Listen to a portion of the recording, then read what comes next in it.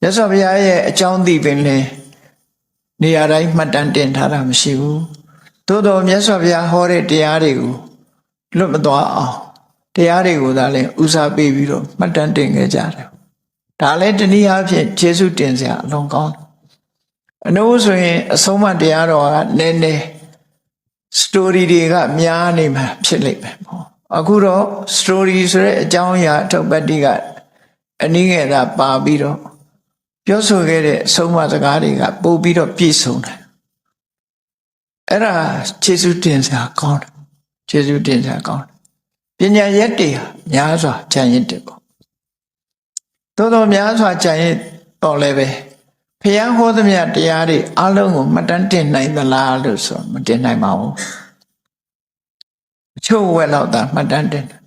မြတ်စွာဘုရားဟောသမျှတွေလည်းအကုန်လုံးမှတ်တမ်းတင်တာမဟုတ်ဘူးမြတ်စွာဘုရားကိုယ်တိုင်ကလည်းပဲအကုန်လုံးသိသမျှကိုအကုန်ဟောတာလားဆိုမဟုတ်ဘူးဟောတဲ့ဟောတိုက်တာတော့ပဲဟောတယ်အကုန်ဟောတာမဟုတ်ဘူးသို့တော့သစ္စာလေးပါးမဂ္ဂင်၈ပါးနိဗ္ဗာန်ရဖို့လမ်းကြောင်းကတော့ပြည့်ပြည့်စုံအောင်ဟောခဲ့တာဖြမစရိယာလို့ဆိုရဒီအကျင့်ကိုကျင့်ပြီးတော့နိဗ္ဗာန်ကိုမျက်မှောက်ပြုနိုင်လောက်အောင်ကတော့အကျင့်လမ်းစဉ်ကတော့ပြည့်ပြည့်ဝအောင်ဟောခဲ့တာဖြစ်တယ်တချို့အကြောင်းအရာတွေကမြတ်စွာဘုရားကမဟောခဲ့ဘူးအကြောင်းတိုက်ဆိုင်မှသာဟောတာအကြောင်းတိုက်ဆိုင်မှုမရှိမဟောဘူးမြတ်စွာဘုရားဘာလို့တော့ဆိုရင်ဟောမယ်ဆိုလို့ရှိရင်လည်းမေးတဲ့လူတွေကအမျိုးကြီးမှာစัจ java လာပဲဆိုတာဘယ်နှခုရှိသလဲလူတွေကဘယ်ဘဝကအစလာကြတာတော့ဒီလောကကြီးရဲ့အစအဘာတော့ဆိုပြီးတော့ဒီလိုမေးကြမဲ့လူတွေကအစသူ့နွားပြောက်သွားလို့နော်လက်စွပ်ပြောက်သွားလို့လာမေးတဲ့လူတွေကလည်းအများကြီးနေမှာပဲအဲ့လိုဟာမျိုးတွေနဲ့ဖြစ်နေမှာပေါ့နော်ကြာရင်ဗေဒင်ဆရာဖြစ်သွားလိမ့်အဲ့ဒါကြောင့်မို့အဲ့ဒါမျိုးတွေမဟုတ်ဘူးသို့တော့မြတ်စွာဘုရား cosmology လို့ခေါ်တယ်စัจ java လာအကြောင်းကိုတော့ကြောင်းတိုက်ဆိုင်လာတဲ့အခါမှာတော့ဟောပေးတာလေးတွေရှိတယ်စိတ်ဝင်စားစရာလေးပေါ့ကြောင်းတိုက်ဆိုင်လာရင်မြတ်စွာဘုရားဟောပေးမြတ်စွာဘုရားဟောတဲ့ cosmology စัจ java လာနဲ့ပတ်သက်တဲ့ဟောပြောချက်ကသုလနိကာလောကဓာတုတုတ်တို့အင်္ဂုတ္တပါဠိတော်မှာရှိတယ်မြတ်စွာဘုရားကစัจ java လာစက္ကဝါလဆိုတဲ့စကားလုံးကိုအသုံးမပြုခဲ့ဘူးအဲ့ဒီချိန်တော့လောကဓာတုဆိုတဲ့စကားလုံးကိုပဲအသုံးပြုပြီးတော့ဟောတာနော်လောကဓာတုဆိုတဲ့စကားလုံးကိုအသုံးပြုစက္ကဝါလဆိုတဲ့စကားလုံးကတော်တော်လေးနောက်ကျမှပိဋကစာပေထဲမှာရောက်လာတဲ့စကားလုံးလို့ဒီလိုယူဆရတယ်ဒီစကားဆိုတာတဖြည်းဖြည်းဝင်လာတာလေ living language တို့ရဲ့ထုံးစံတိုင်းလူတွေကပြောနေရရင်ထွင်းပြီးတော့ဝင်လာတာစကားတွေဆိုတာရက်နာမှာမဟုတ်တာ that language ဆိုတာကြတော့ပြောတဲ့လူမရှိတော့ဘူးဆိုရင်သေသွားတဲ့ဘာသာစကားတစ်ခုပါဠိစာပေကိုနောက်တိုင်းကလူတွေက that language တို့ပြောကြတယ် Latin စကားလည်း that language ပဲနော်အဲ့ဒီဘာသာစကားတွေကခဏပြောတဲ့လူတွေမရှိတော့သူကရှင်းသမ်းမနေဘူးပေါ့ရှားဆိုင်သွားပြီဆိုတဲ့အဓိပ္ပာယ်သေသွားပြီလို့တော့ပြောတာတော့မဟုတ်ဘူးရဆိုင်နေသွားပြီဒီဘာသာစကားကအသုံးမရှိတော့ဘူးရဆိုင်သွားပြီ dead language တို့သုံးတယ် living language ဆိုတဲ့ဟာကျတော့ရှင်သန်နေတဲ့ဘာသာစကားဗမာလူမျိုးတွေကဗမာစကားတွေပြောနေတော့ရှင်သန်နေသည်လို့ဗကံမိခိတ်ကပြောတဲ့စကားသံတွေနဲ့ခဏပြောတဲ့စကားသံတွေကကွဲပြားခြားနားဘာလို့ဆိုရှင်သန်နေတဲ့သဘာဝရဲ့အဓိပ္ပာယ်ပဲဒီတလုံးကိုဒီတလုံးတိုင်းဆွဲမြဲပြောနေလို့ရှိရင်တော့ရှင်သန်တယ်လို့ပြောလို့ရမှာမဟုတ်ဘူးနော်ရှင်သန်နေတယ်ဆိုတာစကားလုံးတွေကတွီထင်ပြီးတော့ပြောနေကြမှာပဲဖြစ်တယ်အဲ့တော့မြတ်စွာဘုရားကပထမဆုံးစัจ java လာအကြောင်းကိုဟောတဲ့အခါမှာလောကဓာတုဆိုစကားလုံးကိုအသုံးပြုပြီးတော့ဟောခဲ့တယ်အဲ့ဒီမှာဘာကြောင့်ဟောတာတော့လို့ဆိုတော့အမေးရှိလို့ဟောတာတကယ်ကတော့ဒီ cosmology ကိုမြတ်စွာဘုရားနိဗ္ဗာန်ရဖို့အတွက်ဘာမှအတ္တထာမဟုတ်သည့်အတွက်ကြောင့်ဟောလို့ရင်မဟုတ်ဘူးရှင်အာနန္ဒာက ရုဏဝတီသုတ်တံနဲ့ပတ်သက်ပြီးတော့မြတ်စွာဘုရားဟောတာမြတ်စွာဘုရားကအရုဏဝတီသုတ်တံမှာဝိတ္တပုမြတ်စွာဘုရားရဲ့တပည့်ယဟန်တော်တစ်ပါးအဲ့ဒီယဟန်တော်တစ်ပါးဟာသူကမြတ်စွာဘုရားရဲ့တိုက်တွန်းချက်အရာကောင်းကင်ယံကိုတက်ပြီးတော့သဘာဝဝင်စားပြီးတဲ့အခါမှာစัจ java လာကြားအောင်စัจ java လာတိုက်တီကြားအောင်သူကမြတ်စွာဘုရားဟောတဲ့ဂါထာလေးတစ်ပုဒ်ကိုကောင်းကင်ယံကနေရွတ်တယ်ယောဣမတ္တမိဓမ္မဝိနည်းအပ္ပမတ္တောဝိဟတတိပဟာယဇာတိတန္တာရံဒုက္ခတန္တံဂရိတတိဓမ္မဝိနည်းဆိုတဲ့သာသနာတော်မှာတဲ့ချူချူဆာဆာနေမယ်ဆိုလို့ရှိရင်အထက်ထက်မွေးဖွားပြီးတော့တန်တရားလဲရတဲ့တန်တရားကိုဆင်းရဲကနေပြီးတော့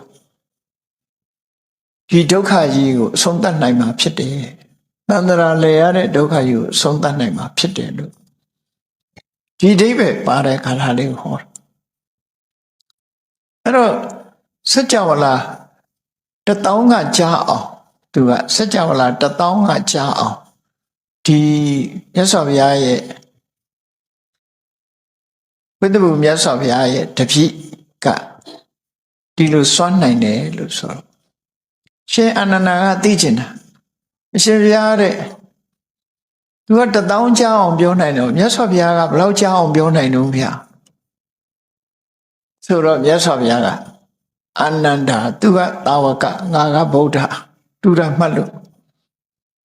ပထမမပြောဘူးအဲ့တိုင်းပဲပြောတယ်နော်ဟိုကတာဝကပဲငါဗုဒ္ဓအဲ့ဒါကို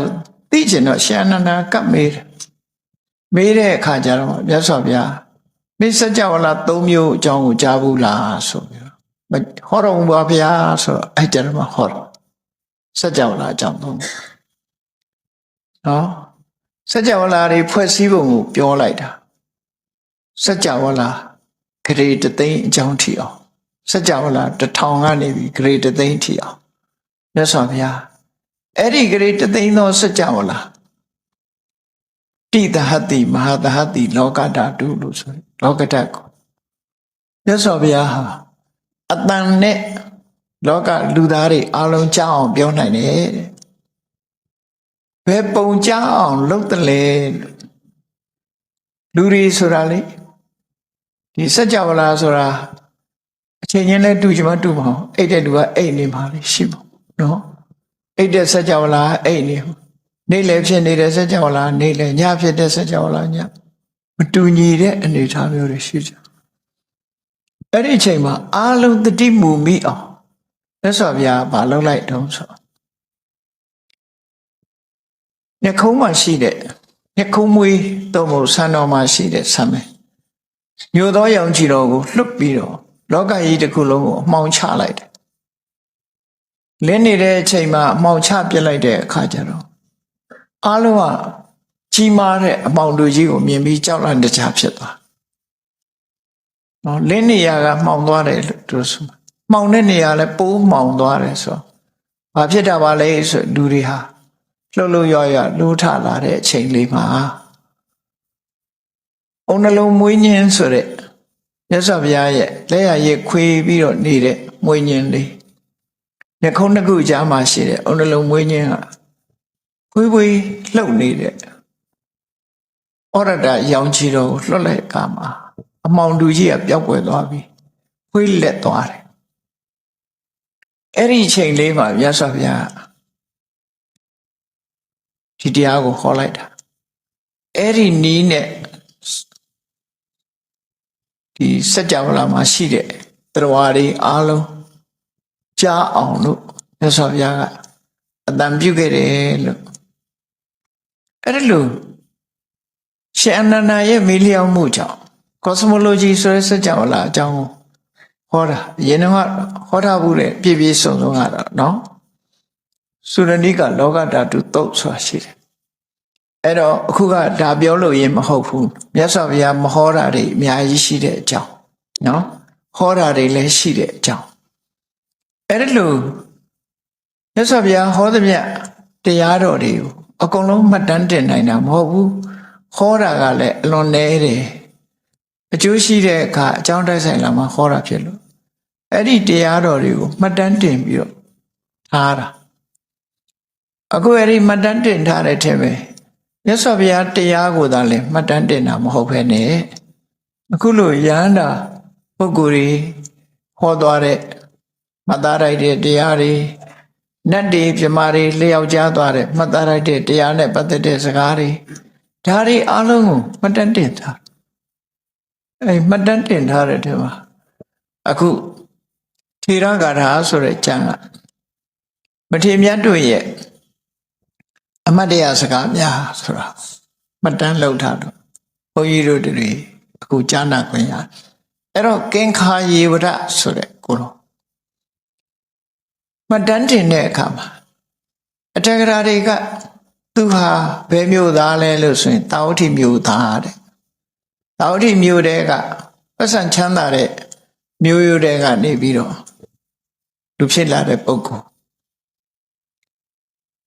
စေတော်အကြောင်းမြတ်စွာဘုရားကြွရောက်သတင်းသုံးတဲ့အချိန်မှာတာဝတိမျိုးသူမျိုးသားတွေကမြတ်စွာဘုရားစီသွားပြီးတရားနာကြတယ်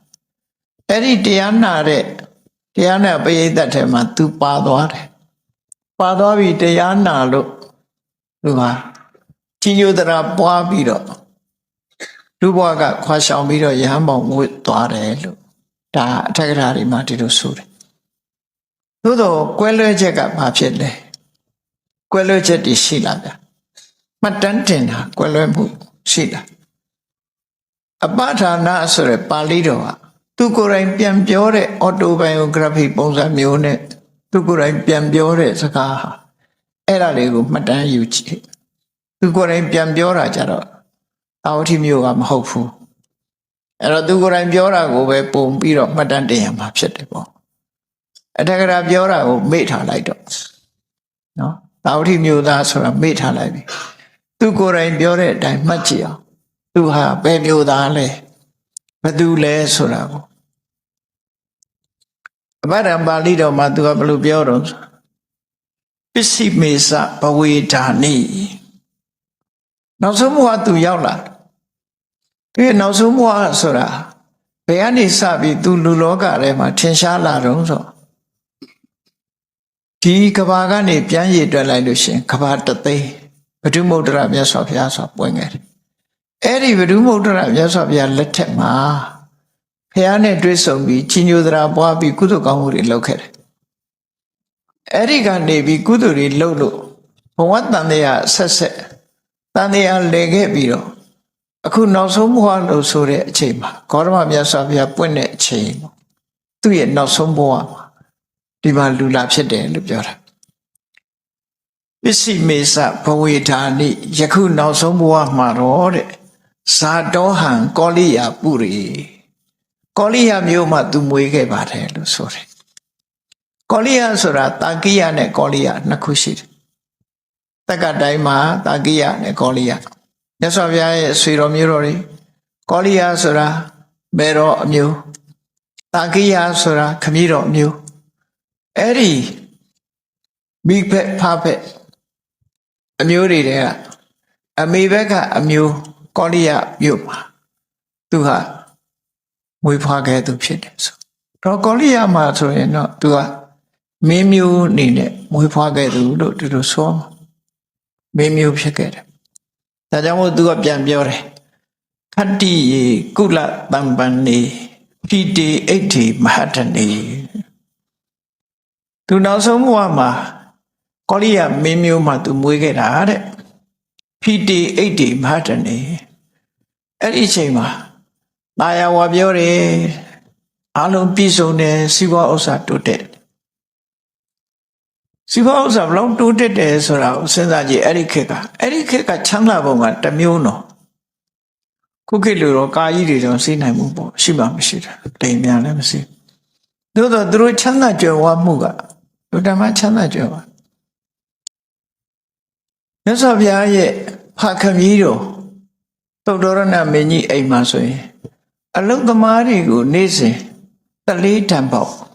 သမင်းနဲ့ကျွေးတာတဲ့အဲ့ဒါသာစဉ်းစားကြည့်ဒီပြင်အိမ်နေမှာဆိုရင်စကွဲသမင်းနဲ့ပအုံးရည်ဟင်းလေးနဲ့ပဲကျွေးတယ်ဒီဘုရားရဲ့ရသော်ဘုရားရဲ့လောင်းတော်တို့ရဲ့အိမ်မှာဆိုလို့ရှိရင်နော်ကောင်းပြီဆိုတဲ့အစားအစာတွေကျွေးတယ်လို့သူတို့ဆိုတယ်ဒါချမ်းသာလို့ကျွေးတာနော်ချမ်းသာကြွယ်ဝမှုရှိကြတယ်အဲ့တော့ဒါကြောင့်လို့သူကပြောတာခတ္တိရေကုလတံပန်နေ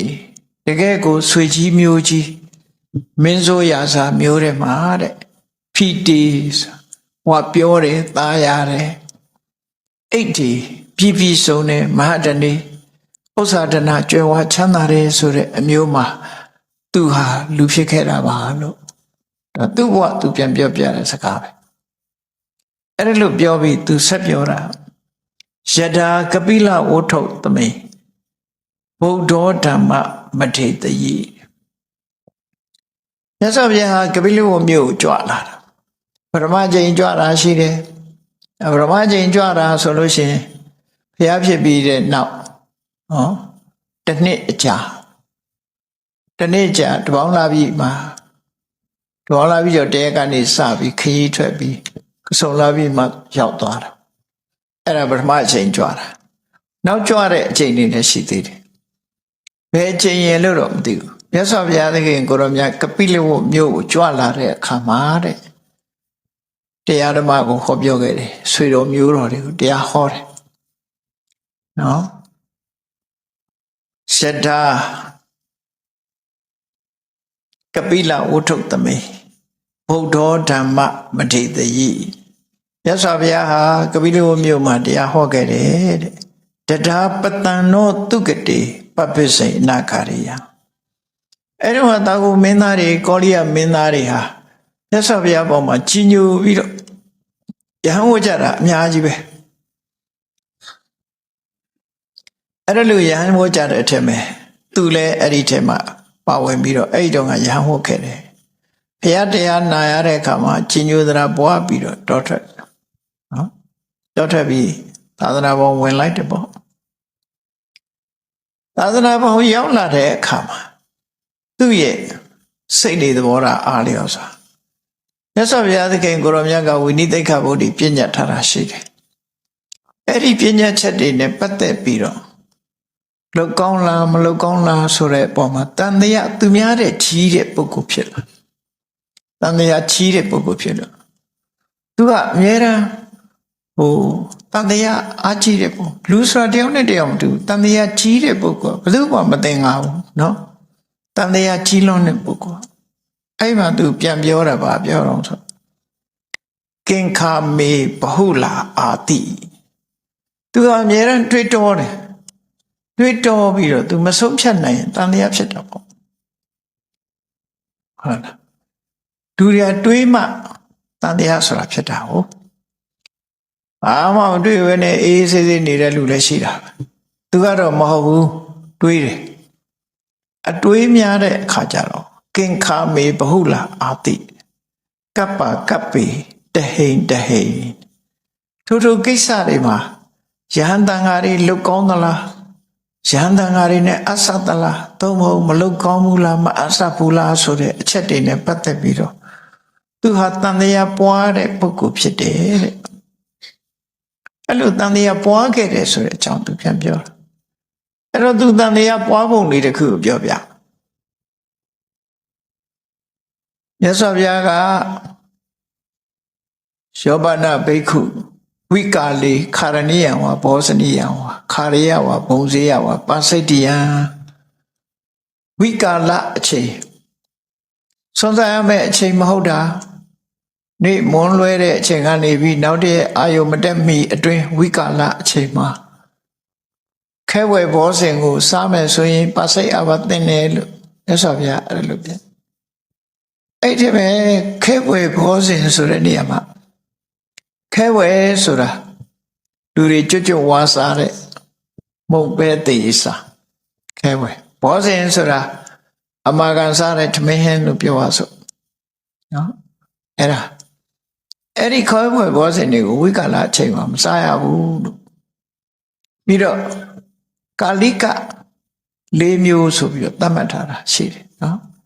ယာဝကာလိကတဲ့ဘုန်းကြီးတွေရဲ့အသုံးလေးပါယာဝကာလိကဆိုတာမနေ့အာယုတက်တဲ့အချိန်ကနေပြီးတော့12နာရီအတွင်းအချိန်လေးမှသုံးရတဲ့စားရတဲ့ဆွမ်းတို့မုံတို့မုံပဲသေးဇာတိနံမျိုးစုံအဲ့ဒါကိုယာဝကာလိကလို့ခေါ်တယ်ယာဝကာလစားချိန်အတွင်းသာစားနိုင်တယ်လို့ဆိုလိုတဲ့ပစ္စည်းကတစ်မျိုးနော်အဖြောယမကကြတော့ယာမကာလိကတဲ့ပရမယံအတွင်းမအိခေညနေမှာအဖြောယမကကပ်ပြီးနောက်တည့်ရမကူရဘူးဒီမှာပဲတောင်းအောင်ယာမကာလိကအဲ့ဒါကတခုတတ္တဟကာလိကဆိုတာတခါကပ်ခံထားလို့ရှိရင်9ရက်ထားနိုင်တယ်ထောပတ်တို့ပြားရည်တို့နော်စီတို့စီဥတို့တင်းလဲတို့ဆိုတာတွေအဲ့ဒါတွေက9ရက်ဆိုပြီးတော့ထားတတ္တဟကာလိကနောက်ဆေးပစ္စည်းယောဂရှိလို့သုံးဖို့ဆေးပစ္စည်းဆိုတာじゃတခါကပ်ခံနိုင်ရင်တစ်သလုံးကပ်ခံစရာမလိုတော့ဘူးအဲ့လိုယဟန်တန်ဃာတွေမှာနော်ယာဝကာလိကကာလဆိုတာအချိန်ပိုင်းလေးကာလိကအချိန်ပိုင်းရှိတဲ့ပစ္စည်းလို့သူတို့ပြောတာနော်ယာဝကာလိကတမနေ့ပဲယာမကာလိကတညနေပဲတတ္တဟကာလိက9ရက်တက်တန်းရှိတယ်ယာဝဇီဝိကတစ်သလုံးတက်တန်းရှိတဲ့ပစ္စည်းအိဆွမ်းရမဖြစ်ဘူးလို့ပြောတာပေါ့နော်ယာဝကာလိကအိဆွမ်းရဖြစ်သွားပြီမနေ့မုံနေပါလေမနေ့ကထားလို့ရှိရင်12နာရီကျော်ရင်စွန့်ပြရဆိုင်တော့ဘူးကိုယ်ဘုန်းကြီးပစ္စည်းနဲ့ယူချင်တာယူဘုန်းကြီးလည်းမအောင်ဆိုင်ဘူးနော်မနေ့ကထားတဲ့အစားအစာသူ12နာရီကျော်ရင်သူမပိုင်ဘူးအဲ့ဒါလို့ဘုန်းကြီးတွေစာအာဟာရနဲ့ပတ်သက်ပြီးတော့၄မျိုးခွဲတာရှိတယ်တရက်တော့ဒီရှင်ကင်ခါယေဝရကခီးသွားတာသူ့နောက်ပါတပည့်တွေနဲ့သူခီးသွားတဲ့အခါကျထညက်လုတ်တဲ့ထညက်ချက်တဲ့ဖိုးကိုသွားကြည့်တယ်ထညက်ခဲတာကိုသွားကြည့်အဲ့ဒီခေတ်တုန်းကထညက်ခဲထဲမှာဘာတွေထည့်တုံးဆိုမုံညက်ထည့်တယ်ခဲအောင်လို့ထညက်ထဲမှာမုံညက်ထည့်တယ်ပြာထည့်တယ်နော်ပြာထည့်တယ်ခုခေတ်တော့ဘာတွေထည့်တုံးဆိုပြောတဲ့ကြောင်ဦးတော့ကိုတော့ထညက်ဖို့မရောက်ဘူးတော့ဘာတွေချက်မှမသိဘူးအဲ့တော့ဟိုရင်ထနောင်းခောက်တွေပါထည့်တယ်လို့ကြားတယ်အရက်ချက်ရင်လည်းထနောင်းခောက်ထည့်တယ်ဒါမှမဟုတ်ထနောင်းမင်းလေးခွာထားကြတာအဲ့မှာအဲ့ဒါလို့ထညက်ချက်တဲ့အခါမှာထည့်တဲ့အခါမှာသူတခုခုမြန်မာအောင်ထုံးထည့်တာလည်းရှိတယ်နော်ထည့်တာရှိတယ်အဲ့စာထဲမှာတော့သူဝင်ကြည့်လိုက်တဲ့အခါမှာပြာထည့်တယ်တဲ့မုံညက်ထည့်တယ်အဲ့ဒီနှစ်ခုထည့်ပြီးတော့ထညက်လောက်တာကိုသူတွေးခဲ့တဲ့အခါကျတော့မုံညက်ဆိုတာမနေ့ပဲစားလို့ရမယ်ယာဝကာလိကဖြစ်တယ်ထညက်ဆိုတာကျတော့တင်းလေမြတ်စွာဘုရား9ရက်အကခံထားနိုင်တဲ့အထက်မှာပါတယ်တတ္တဟကာလိကသူကအဲ့ဓာတွေထဲ့တာမြင်တဲ့အခါကျတော့ဟာထညက်ညနေမစားကောင်းဘူးနော်သူတို့တွေမစားကြနဲ့ညနေမစားကောင်းဘူးဒီထဲမှာမုံညက်တွေပါနေပြာတွေပါနေမစားရဘူးဆိုပြီးတော့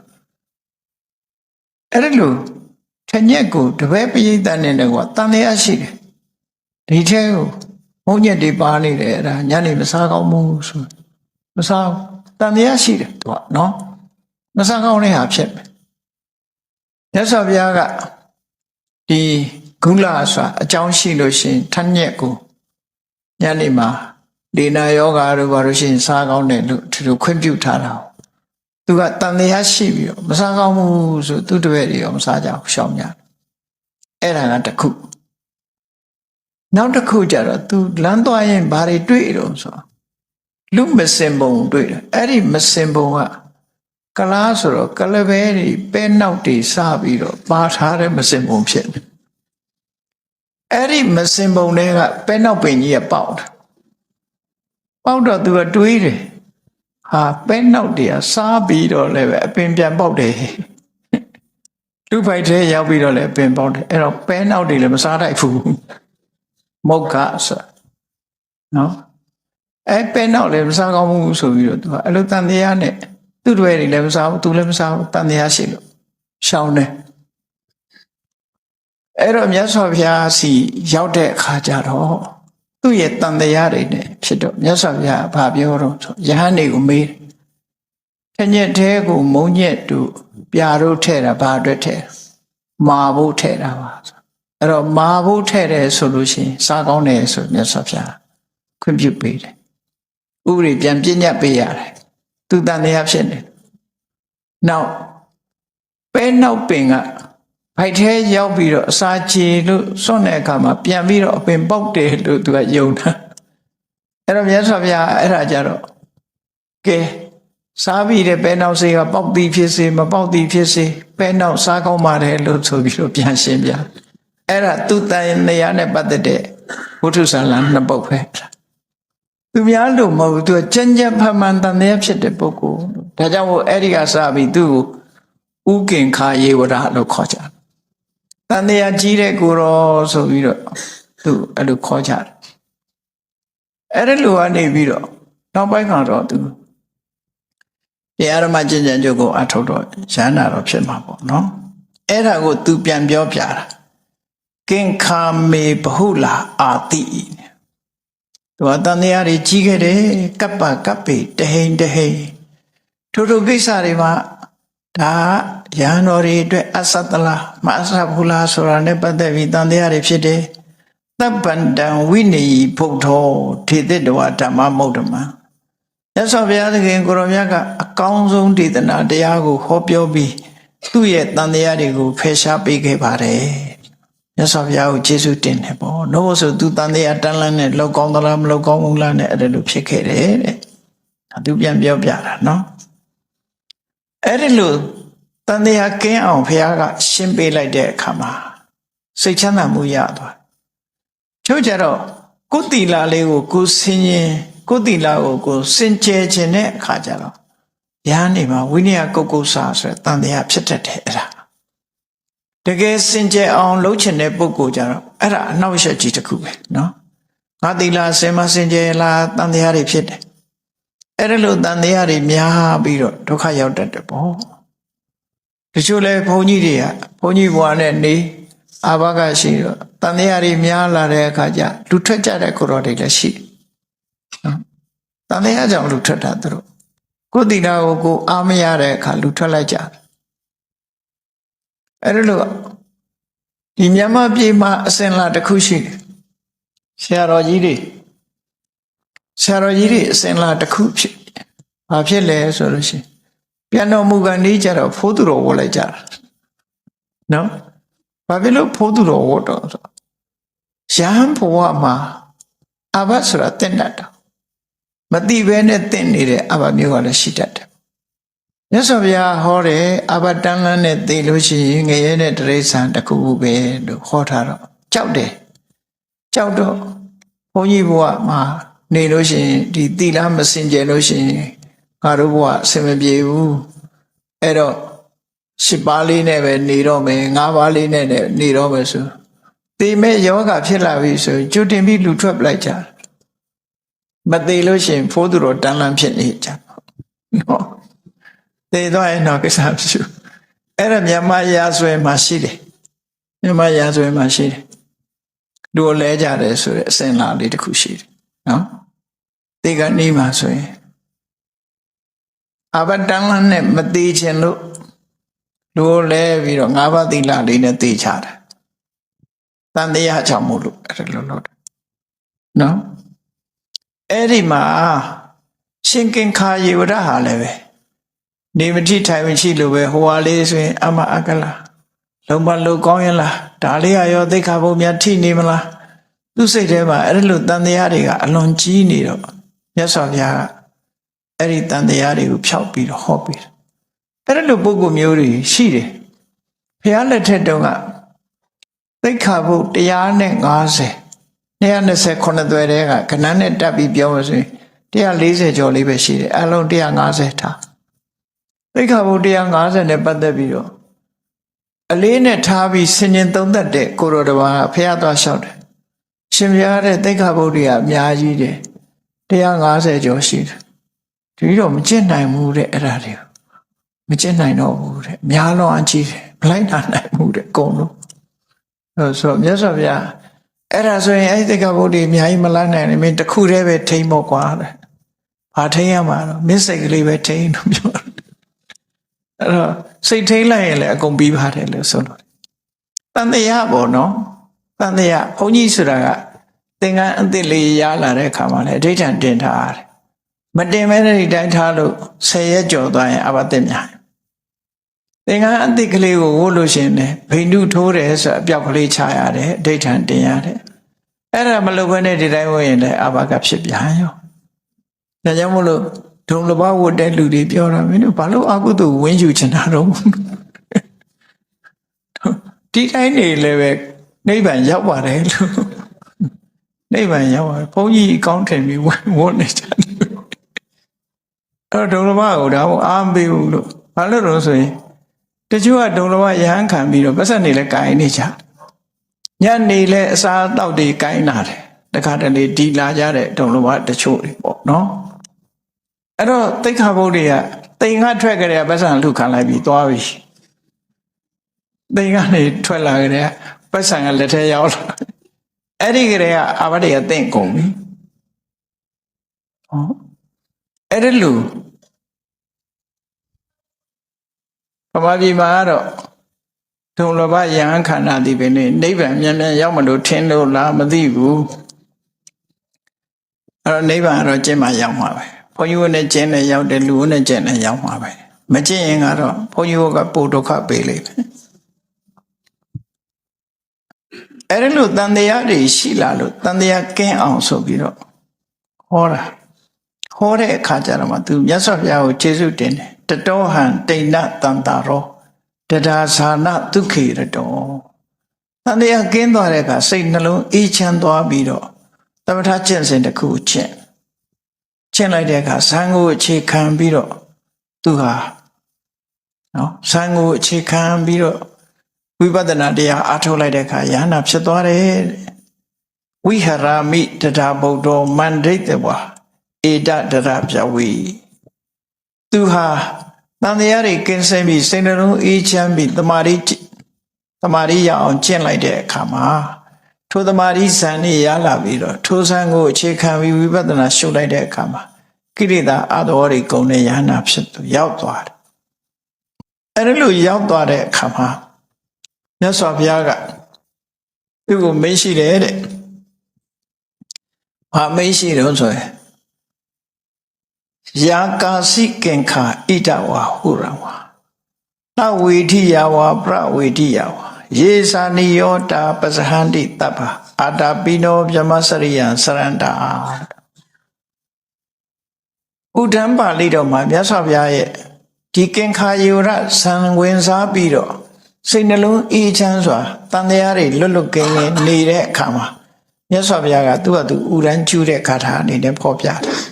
ဒီပါရမှာတော့သူ့ကိုမြတ်စွာဘုရားကဒီလိုခေါ်တဲ့ပုံစံမျိုးဖော်ပြထားတယ်နော်အဲ့တော့ဥဒ္ဒံပါဠိတော်မှာပြောထားတဲ့စကားလေ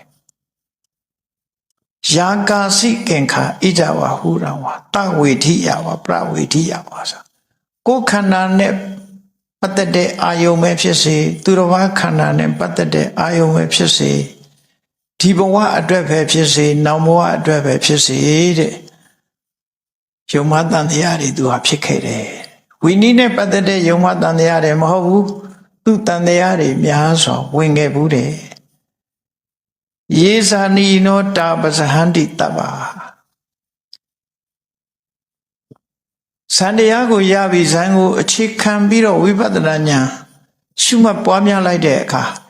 အဲ့ဒီတန်တရားတွေဟာလုံးဝကင်းစင်သွားပါတယ်သောတာပန်ဖြစ်တာနဲ့ပဲတန်တရားဆိုတာဝိသကိစ္စကင်းသွားပြီပေါ့အဲ့ဒီကနေပြီးအရိယပုဂ္ဂိုလ်တွေဖြစ်သွားတဲ့အခါဆင့်ဆင့်တက်သွားတဲ့အခါမှာကိလေသာတွေလည်းအကုန်လုံးကင်းသွားတယ်ရေစာယိနောဆိုတာတပ္ပထာကျင့်စဉ်ကိုကျင့်တာဝိပဿနာတရားအထုတ်တာဇာယိနောနော်သမထကိုအာရမဏုပနိစ္စံလို့ခေါ်တယ်ဝိပဿနာကိုလက္ခဏုပနိစ္စံလို့ခေါ်တယ် အနေစာဒုက္ခအနတ္တရှုပြီးတော့အဲ့ဒီတန်တရားတွေအလုံးကိုကျော်လွှားနိုင်အောင်အာတာပိနောဗြဟ္မစရိယံစရန္တာချူချူဆာဆာမဂ္ဂင်၈ပါးကိုပွားများအထုတ်တဲ့နော်ရှုမှတ်ပွားများတဲ့ပုဂ္ဂိုလ်တွေဟာအဲ့ဒီယုံမတန်တရားအလုံးကိုဖယ်ရှားနိုင်ပါတယ်လို့မြတ်စွာဘုရားဒီလိုဟောတာသူနဲ့ဆက်ဆက်ပြီးတော့ဒီလိုဟောလိုက်တယ်နော်အဲ့ဒါလို့ဆက်ဆက်ပြီးဟောပြီးရှင်ကင်္ခာယေဝရနဲ့ပတ်သက်ပြီးမြတ်စွာဘုရားသူဟာမြတ်စွာဘုရားဝင်စားတဲ့ဇန်တွေကိုနောက်လိုက်ပြီးတော့သူဟာလည်းပဲအမြဲတမ်းဇန်ဝင်စားပြီးတော့နေလေးရှိတယ်။ဉာဏ်ဖြစ်သွားတဲ့အခါမှာသူစိတ်နှလုံးအေးချမ်းစွာဇန်ဝင်စားပြီးဒိဋ္ဌဓမ္မဒုက္ခဝိဟာရလို့ခေါ်တဲ့မျက်မှောက်ချမ်းသာမှုကိုခံစားအဲ့ဒီအခါမှာမြတ်စွာဘုရားကဉာဏ်တော်ရဲ့ထူးချွန်တဲ့အတိမတ်ပြုထူးချွန်တဲ့ဂုဏ်ကြီးတွေကိုအတိမတ်ပြုဟောကြားတဲ့အခါမှာနော်သူ့ကိုဇံဝင်စားတဲ့နေရာမှာထူးခြားတဲ့ပုဂ္ဂိုလ်တူအနေနဲ့ဣတရေဘွယ်တူနဲ့ချီးကျူးမြောက်စားခဲ့တာဖြစ်တယ်ပေါ့အဲ့ဒီမှာတတောသာနာရတံဒိဋ္ဌဝါသူဟာအမြဲတမ်းဇံဝင်စားနေတဲ့အချိန်မရွေးသူကြည့်လိုက်ရင်ဇံဝင်စားနေတယ်သူကြည့်လိုက်တိုင်းဇံဝင်စားနေတယ်အဲ့ဒါလို့ဇံဝင်စားမှုတွေကိုလေ့ကျင့်ပြုထားတယ်သူ့ကိုတွေ့တဲ့အခါမှာဘုဒ္ဓလောကန္တကုမုနိဇာယိနံဘိက္ခုနံအခောပညာပေတိမဟာမတိကြီးမားသောဉာဏ်ရှိတော်မူတဲ့လောကရဲ့အဆုံးကိုရောက်ရှိတော်မူတဲ့မြတ်စွာဘုရားသခင်ကိုရောမြတ်ဟာတဲ့သူ့ကိုဇံဝင်စားတဲ့ပုဂ္ဂိုလ်တွေထဲမှာထူးချွန်ဆုံးပုဂ္ဂိုလ်တစ်ပါးအဖြစ်ချီးကျူးမြောက်စားမှုပြုခဲ့ပါတယ်ဆိုတာလေသူကိုပြန်ပြောပြတာနော်အဲ့ဒါလို့ပြန်ပြောပြီးတော့သူ့ရဲ့အမှတ်တရစကားလေးကဘာပြောလဲဆိုပညာဣမံပတ္တတထာဂတာနာသူ့အမှတ်တရစကားကမြတ်စွာဘုရားကိုသိကျေးဇူးတင်တာသူအနုဆိုသူ့ဘဝမလွယ်ဘူးလေဟိုဟာလဲတန်တရားဒီဟာလဲတန်တရားနဲ့မဆုံးနိုင်တဲ့တန်တရားနဲ့တအုံလဲဖြစ်နေတဲ့ပုဂ္ဂိုလ်အဲ့တော့ပညာဣမံပတ္တတထာဂတာနာအခိယထာပစ္စလိတောနိတိတေတန်းကောင်လာခွေနော်တန်းကောင်လာခွေမိုးမောင်တော်လေဆိုလာခွေတန်းကောင်မိုးမောင်တော်လေအမိုက်တိုက်၅မျိုးလာခွေနေကြလည်းဖြစ်တယ်တကောင်ချိန်လည်းဖြစ်တယ်မိုးမောင်ကြီးလည်းကြာနေတယ်ဆိုတဲ့နော်မိုးမောင်ကြီးလည်းကြာနေတယ်တကောင်ချိန်လည်းဖြစ်တယ်နော်တောအုပ်ကြီးရဲ့အလယ်မှာလည်းဖြစ်တယ်အမှောင်၄မျိုးဆုံးနေတဲ့အမှောင်ဟာအကြီးဆုံးအမှောင်ကြီးပဲပေါ့နော်အဲ့ဒီလိုအမှောင်ကျနေတဲ့အချိန်ခါကာလမှာတဲ့အင်တန်လင်းနဲ့ဝင်းလက်နေတဲ့ဒီအလင်းမီးရောင်ကြီးကိုထွန်းလိုက်တယ်လို့မြတ်စွာဘုရားရဲ့ဉာဏ်စွမ်းတတ္တိဉာဏ်အလင်းဟာအင်တန်မှထူးခြားလို့မြတ်စွာဘုရားဉာဏ်ကိုကြည်ချစမ်းပါဘုရားရဲ့ဉာဏ်စွမ်းကိုကြည်ချစမ်းပါလို့သူကပြောမြတ်စွာဘုရားတို့ရဲ့ဉာဏ်စွမ်းဟာအင်တန်မှကြီးမားတယ်ပေါ့အမှောင်ထဲမှာထွန်းလိုက်တဲ့မီးဟာလင်းငနဲ့နေတယ်လို့ပဲမြတ်စွာဘုရားရဲ့ဉာဏ်စွမ်းကိုကြည်ချစမ်းပါလို့ဆိုပြီးအလောကဓာသက္ခုတ္ထာဘဝန္တိဘုရားရှင်ကိုရောမြတ်တွေဟာလောကကြီးကိုအလင်းပေးတဲ့ပုဂ္ဂိုလ်တွေဖြစ်တယ်လောကကြီးကိုမျက်လုံးတက်ဆင်ပေးတဲ့ပုဂ္ဂိုလ်တွေဖြစ်တယ်အလင်းနဲ့မျက်လုံးဆိုတာသူတို့ပဲလေနော်အလင်းအောင်ပေးမှမျက်စိအမြင်ပေးမှအသိဉာဏ်ကိုပေးတာကိုတင်စားပြီးတော့ပြောတာနော်လောကကြီးကိုအလင်းအောင်ပေးတယ်လောကကြီးကိုမျက်လုံးတက်ဆင်ပေးတယ်အမှန်တရားကိုသိအောင်ဓမ္မစက္ခုဆိုတဲ့မျက်လုံးကိုပေးအပ်တယ်ဘုရားသခင်ကိုရောမြတ်တွေဟာလောကကြီးမှာပွင့်ပေါ်လာပြီးယေအာဂတနံဝိနယန္တိကင်ခံသူထံမောက်ရောက်လာတဲ့ပုဂ္ဂိုလ်တွေဘယ်သူပဲဖြစ်ဖြစ်လူပဲဖြစ်ဖြစ်နတ်ပဲဖြစ်ဖြစ်ပြမပဲဖြစ်ဖြစ်သူစီရောက်လာပြီဆိုလို့ရှိရင်တန်တရားနဲ့ရောက်လာတဲ့ပုဂ္ဂိုလ်တွေအားလုံးရဲ့တန်တရားကိုဖယ်ရှားပြစ်နိုင်တဲ့ပညာစွမ်းရှိပါတယ်လို့မြတ်စွာဘုရားရဲ့ပညာကိုချီးမွမ်းတာဘုရားပညာရဲ့ပညာအစွမ်းကြောင့်သူ့ရင်ထဲကမနှုတ်သိမ်းနိုင်တဲ့တ န်တရားကြီးတွေကိုမြတ်စွာဘုရားရဲ့အဆုံးအမတရားတော်ကိုနားလဲရတဲ့အခါမှာရှင်ထဲမှာရှင်းသွားတယ်အဲ့ဒါကြောင့်မြတ်စွာဘုရားရဲ့ပညာဟာအင်မတန်မှထူးချွန်ပါတယ်အမောင်ထဲမှာထွန်းလိုက်တဲ့မီးရဲ့အလင်းရောင်လိုပဲသူရှင်ထဲမှာလင်းငနဲ့သွားတယ်သူခေါင်းထဲမှာလင်းငနဲ့သွားတယ်ပေါ့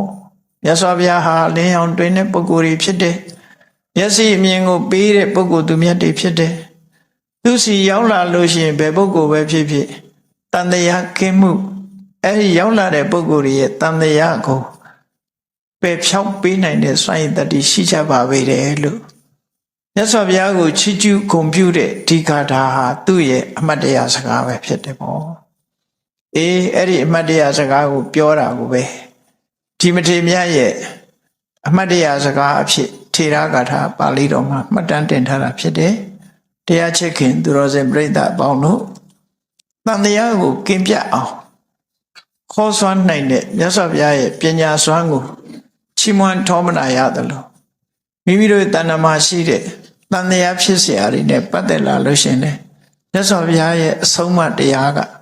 တန်တရားကိုကင်းပြောက်စေပြီးတော့ရင်ထဲနှလုံးထဲမှာအေးချမ်းသွားအောင်ဆွဲဆောင်နိုင်လို့မြတ်စွာဘုရားဟာတကယ်အလင်းရောင်ကိုပေးနိုင်တဲ့ပုဂ္ဂိုလ်သူပုဂ္ဂိုလ်မြတ်ဖြစ်တယ်ဆိုတာလူတိုင်းမှတ်သားနာယူပြီးမြတ်ဗုဒ္ဓရဲ့အဆုံးအမကိုလိုက်နာကျင့်သုံးအောင်ကြိုးစားအားထုတ်နိုင်ကြပါစေကုန်သတည်း